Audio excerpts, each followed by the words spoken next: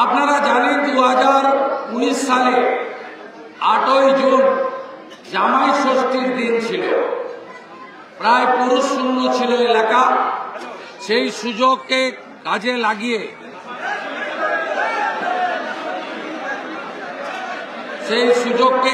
লাগিয়ে শাহজাহান বাহিনী কাদের মোল্লার নেতৃত্বে তারা এই নৃশংস খুন করে দেহ লুটপাট করেছিল।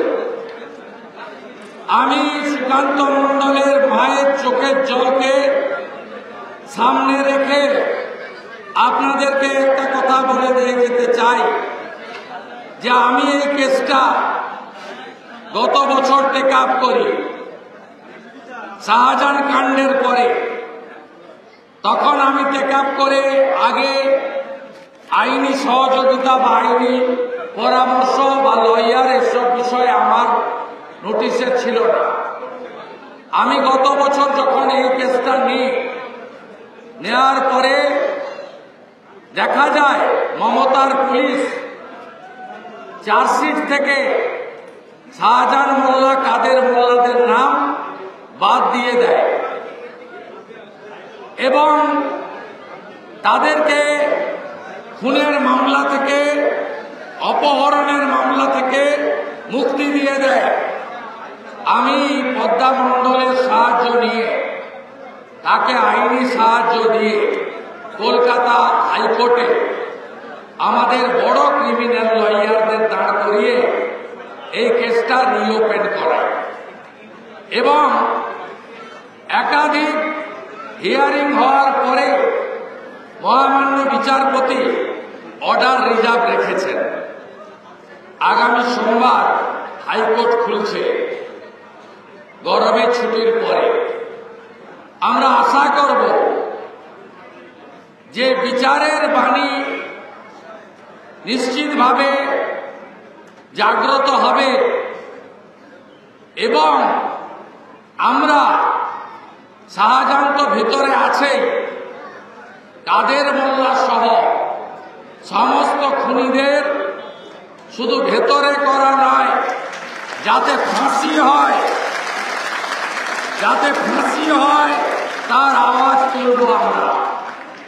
কারণ যে নৃশংসভাবে প্রদীপ মণ্ডল, দেবদাস মণ্ডল এবং সুকান্ত মণ্ডলকে খুন করা হয়েছে এটা মেনে নেওয়া যায় না। এটা সভ্য সমাজের কলঙ্ক।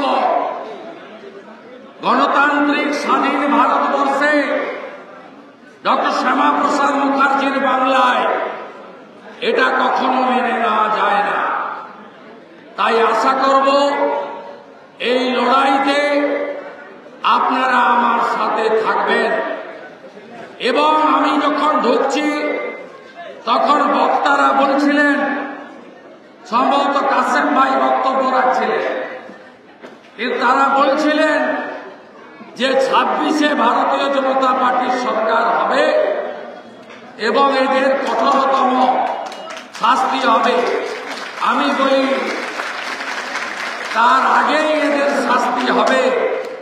আর ভারতীয় জনতা পার্টি ক্ষমতায় আসার পরে এই ধরনের আরেকটিও ঘটনা যাতে না ঘটে সে ব্যবস্থা আমরা করব। আমি গোটা পশ্চিমবাংলার হিন্দুদের ঐক্যবদ্ধ হওয়ার আবেদন করব।